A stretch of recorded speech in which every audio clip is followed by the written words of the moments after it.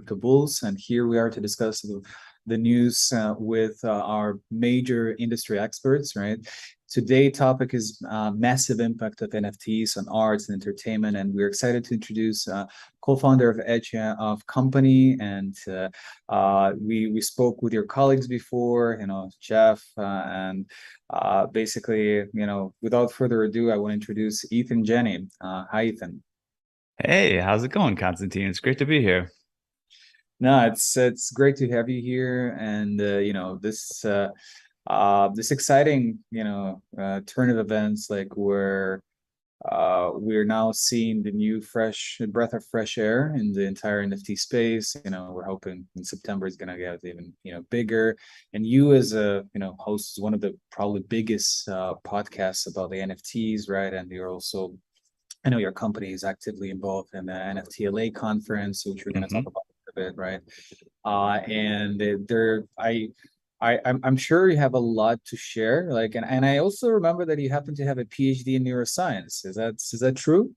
That is true. Yeah, that I earned that back in around 2015, and of course, I don't practice or do research at the moment, but that was an instrumental journey that's part of my story that I think informs a lot of what I'm doing in the NFT space in interesting ways. But Mhm. yeah. So that's that we want to start. Probably just, Ethan, if you can share your a little bit of your background and how did it even happen that you got into this entire NFT journey? What point of your career did you lead you to this space? Yeah, yeah. So I'm the guy that when you ask me what I do at a party, I tell you, and then you walk away going like, "Who is that guy? I don't know what's going on." And when I hear myself say it out loud, it doesn't all make sense. But I think that that's partly why I fit so well in the NFT space because there's a lot of entry points. There's diversity. There's an intellectual side. There's a degenerate side. There's a creative side. There's a practical, financial, scientific side. So, anyways, I've always been kind of like what I call, say, a creative nerd, a little bit nerdy, a little bit creative. When I got out of high school and had to decide where to go to college, I did pursue a degree in physics to get started. But then I was the kid at this small college in the practice rooms all night, sleeping, breaking in the windows, practicing piano all night and just fascinated with how does Herbie Hancock sound like that? Like what is he doing? And just trying to get there. So I decided I had to transfer to a different school to study music. I knew it was a risky career decision, but it was a passion. So I did study jazz piano performance in my undergraduate, got a degree in that. Mhm. Um, but as a musician, I started to understand, and this is what I love about the NFT space is like these artists and musicians sort of also understanding like finance and value, right? So I knew I needed, ways to earn income, and I need to think carefully about that. So I picked up skills in tuning pianos, and I would go to people's houses and tune their pianos, and that led me to kind of see what it could be like to be an entrepreneur. I also bought some real estate, and I sold a property when there was a sort of like a peak in the real estate market back in that at that time, and had some money to save, and took a little break to regroup. Did some explorations of my own music and composition and so on and so forth. That was when I first heard about Bitcoin. Just What this year? literally when it got launched is around 2008. Mhm. Actually tried to implement accepting Bitcoin for my piano tunings, but just it was technically difficult at that point, at least for myself, and never got around to it. Unfortunately, if I'd only kept like one Bitcoin from that, it'd be great. But um, but yeah, and then started to get into some technical things as well, get a bit nerdy, got into the neuroscience, and surprisingly, as a musician, was able to find an entry point, and that kind of reawakened my nerdy part. I watched kind of crypto, Bitcoin stuff going on behind the scenes, but I was really focused on my scientific career. And basically, the theme here is I'm a creator, right? I'm a creative thinker. And I became fascinated with this idea that a creator economy was coming. It was also around 2008 that I heard some videos lectures by Sal Khan, the creator of Khan Academy. And he made a very personal one where he said, I just want to share with you some thoughts. How do I think about the world and where it's going? And he said, we're going to be moving to a creator economy in the future. Robots are taking our jobs. AI was a little bit of a buzz back then, but not that much. But it was this idea that what do we have that's uniquely human that can deliver value to the world? We're not going to work in factories anymore. And it was creativity is like our key asset, and we need to develop that, and we need to create an economy around that and support that. I was super hopeful and excited about that, and basically have dedicated my life to that idea. But really, it hasn't been until NFTs emerged where we've seen that NFTs are sort of creating a foundation for what the creator economy is going to be like. Owning intellectual property, owning creative things as the creator, having royalty income come through those things, having communities grow up and be built around that. So basically that all came together. I started this podcast with a couple of guys, Jeff and Josh, basically a year and a half ago. And I think because of that strong foundation, and then they had some strong foundations in crypto and entrepreneurship, everything is like, oh man, it's taken off like a rocket ship, more than you could ever imagine. Got it. No, that's an interesting story.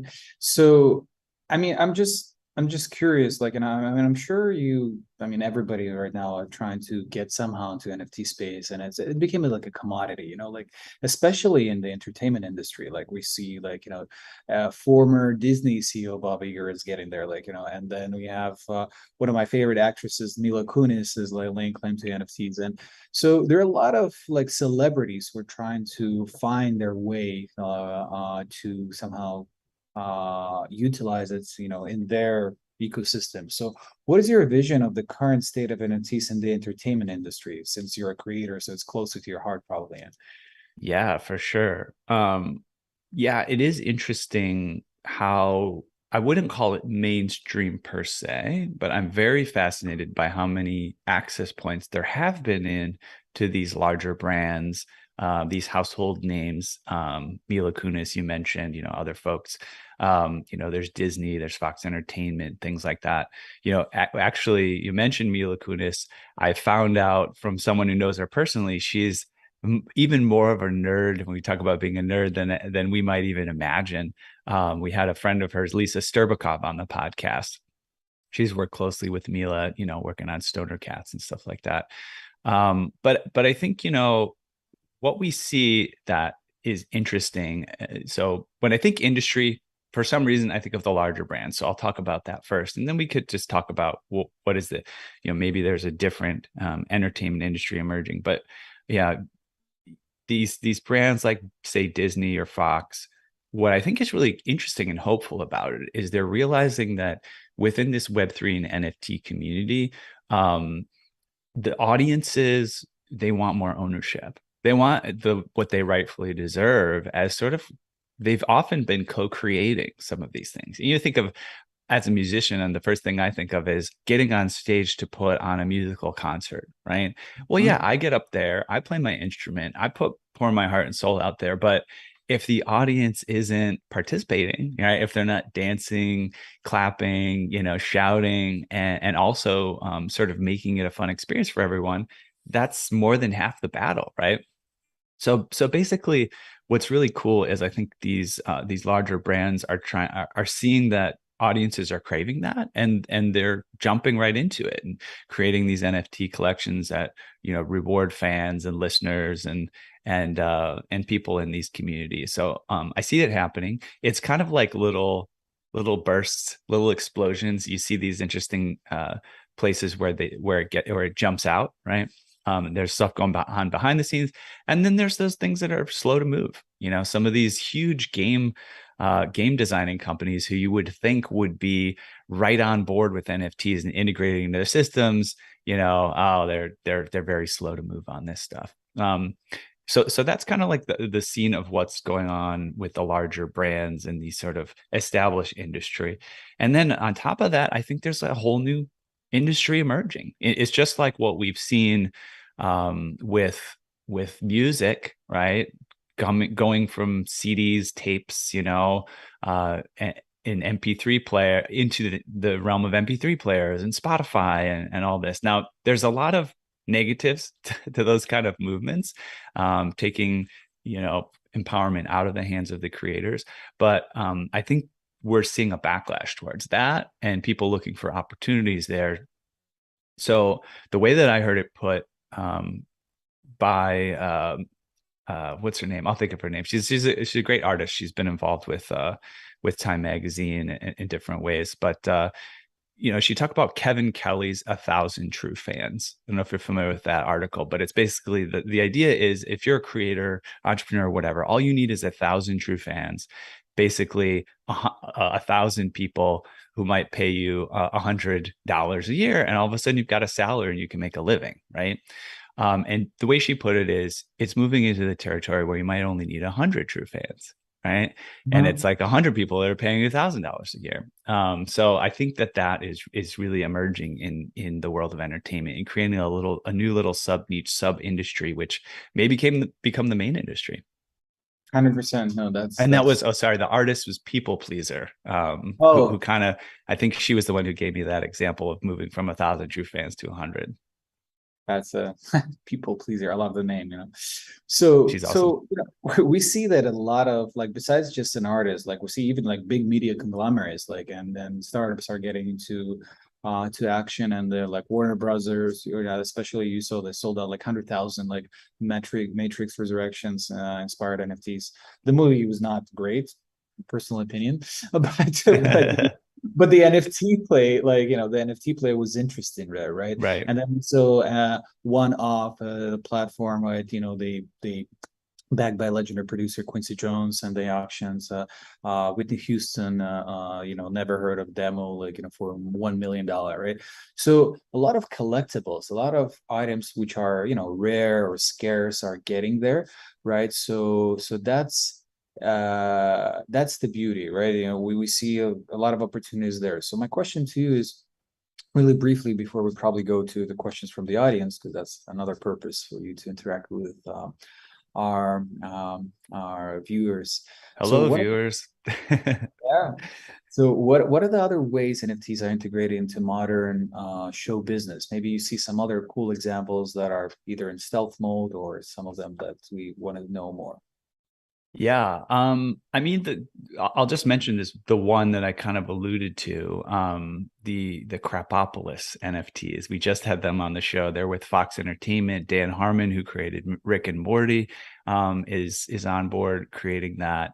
And it was really interesting to learn about what they're doing there. I mean, it's a comedy series, like a cartoon focused comedy series. It's based in ancient Greece, and so it's got these really fun and interesting, like, historical references and historical integrations. But then at the same time, reaching far back into history, they're reaching far into the future and creating these NFT chickens that are part of this whole system and ecosystem. And so, what I'm finding, in some ways, I'm like a futurist. I'm ahead of the curve. And in some ways, I'm a Luddite and I'm behind the curve. Like I said, I tune pianos. Like, pianos, if you didn't realize, that's like almost like an antiquated instrument, right? They're heavy.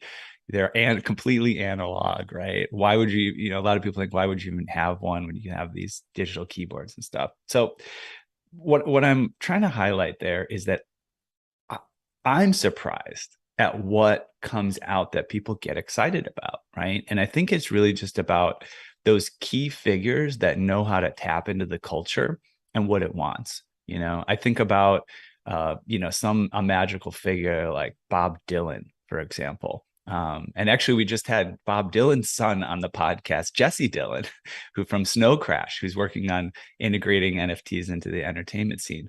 But like, why was Bob Dylan such an effective, character and personality? He tapped into the moment of a culture. He defined what it was like to be living at that time. He wrote the soundtrack, right?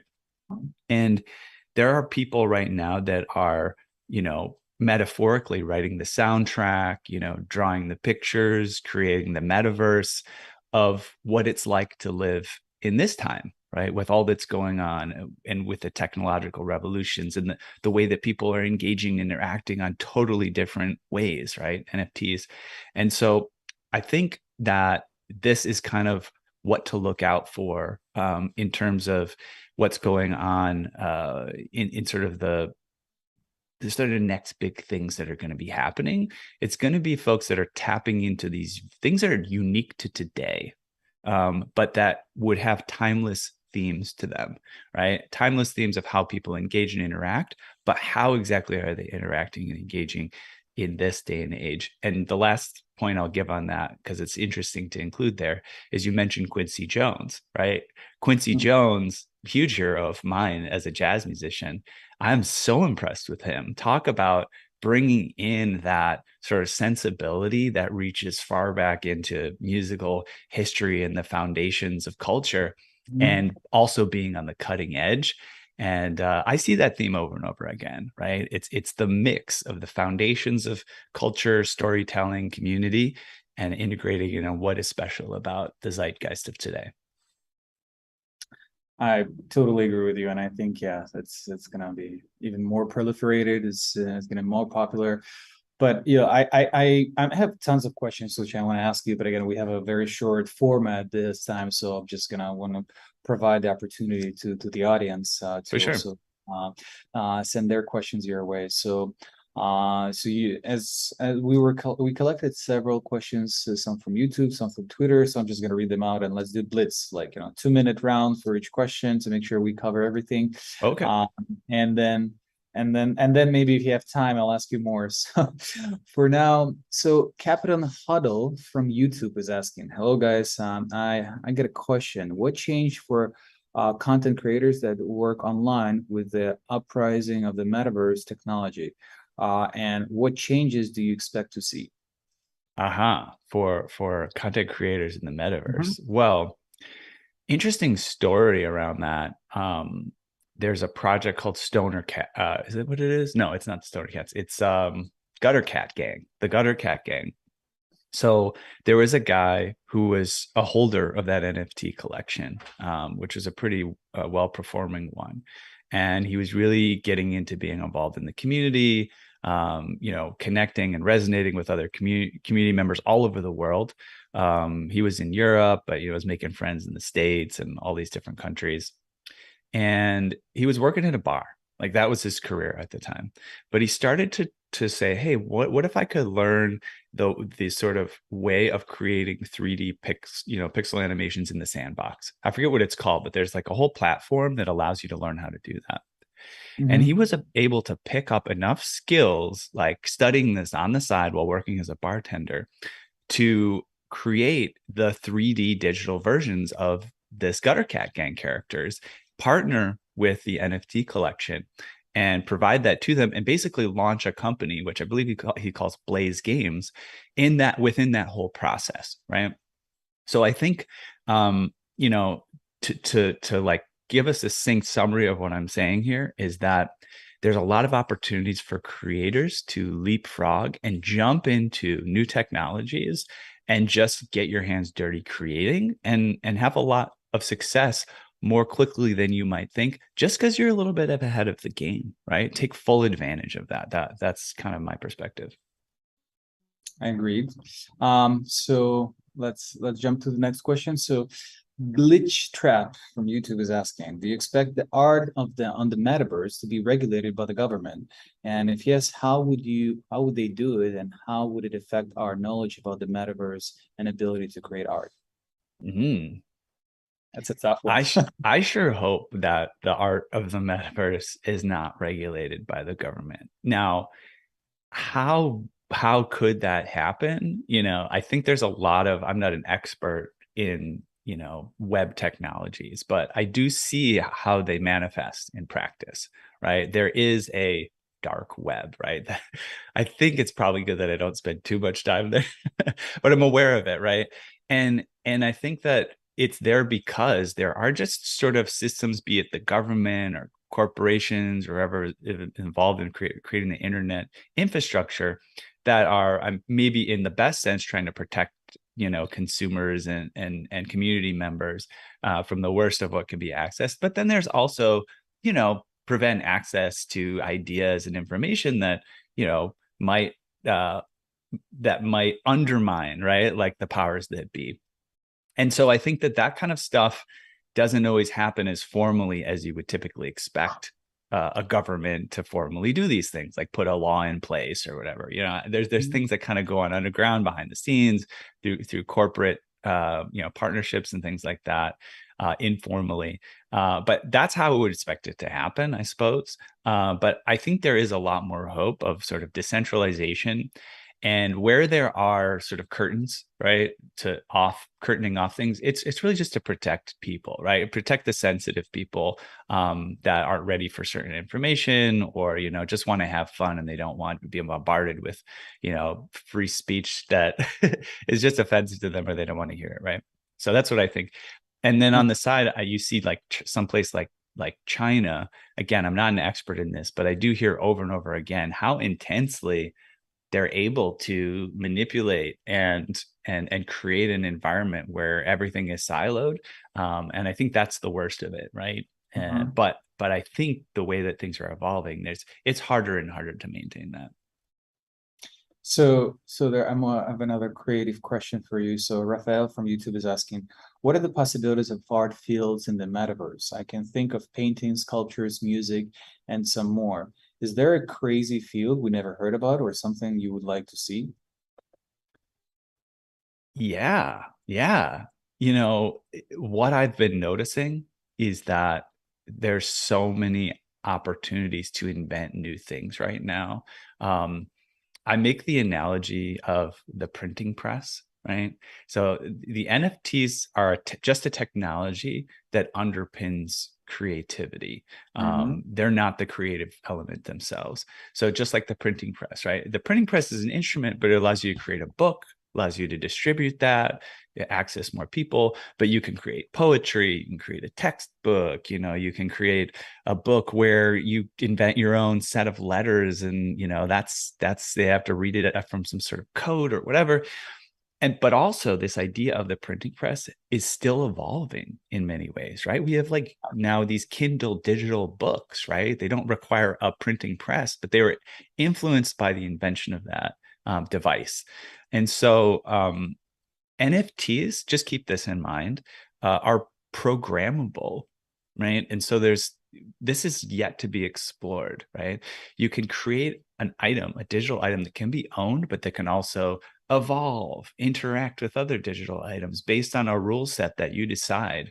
And I think you see it a bit of this in the decentralized finance world. It's like people are creating their own currencies.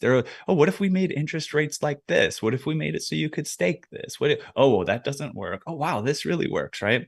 And so there's just a world for us to just start experimenting and see what works and see what's fun and see what we like. So that's what I would say about that. And then just one other facet, which I'm really fascinated with, is don't just think about virtual reality, think about augmented reality. I'm really excited about that. Our Living Tree NFT collection is right now we have 3D game ready augmented reality, virtual reality NFT assets. Hasn't been released yet, but we do have a whitelist, which I can share later. But I'm excited about integrating those, where you can just like pick up your phone like you would with Pokemon Go or something and say, oh, wow, there's one, it's the trees over here, or maybe you can plant one, right? Or you can go search for one or rearrange one or combine them. So I would say look into augmented reality and see what opportunities are there. I think they're endless. Yep. Yeah, since the Gutenberg times in 15th century, we came along. So now we're going to have some metaverse printing presses. There you go. Okay, so Joseph from YouTube is asking, so quick question for now. The metaverse seems to be taking its baby steps and has a lot of potentials. What developments do you wish to see that will directly affect the destiny of the art for future generations? Yeah, the developments that I would like to see, and this goes back to my answer earlier, is more people owning their creative abilities and recognizing that this new economy, in my belief, it allows us to seek more fulfillment in our lives, to really truly express who we are. Like, why are you here in this world? Why are you here in this planet? What's your special perspective? What's your special way of delivering information? What's your special way of creating something beautiful? Because previously it hasn't always been available. It's just like, hey, do you want to live? You want to survive? Go work in that factory. We'll show you how to sand these widgets, right? At your point in the assembly line. You have some other life that's creative or interesting. I don't care. This is how you're going to make your living.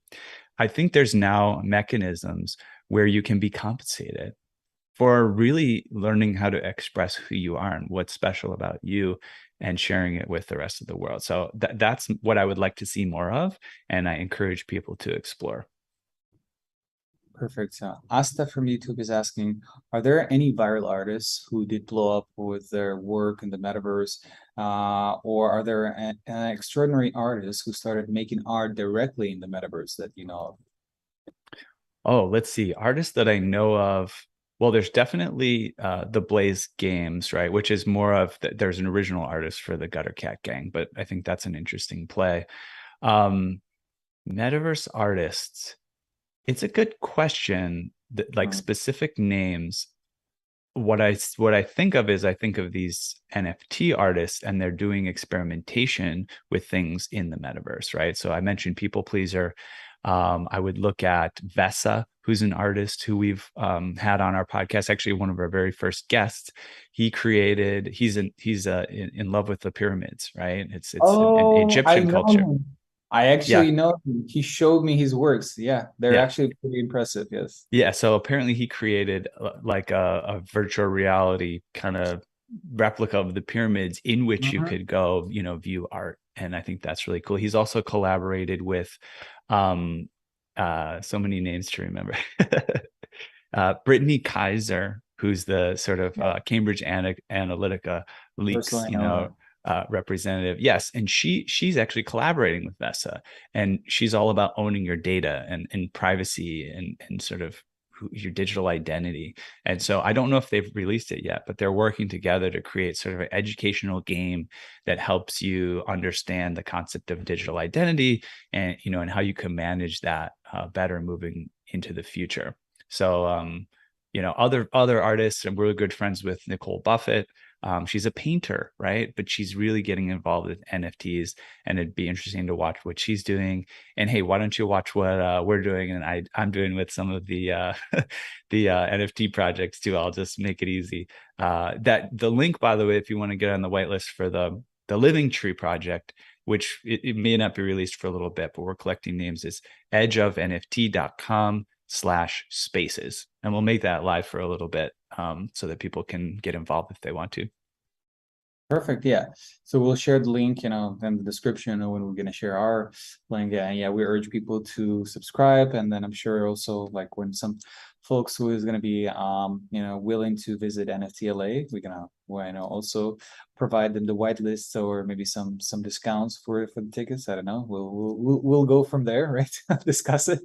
Yeah. And yeah, but for now, look, I'm always fascinated by you and by Jeff, the depth that you guys are looking at this space.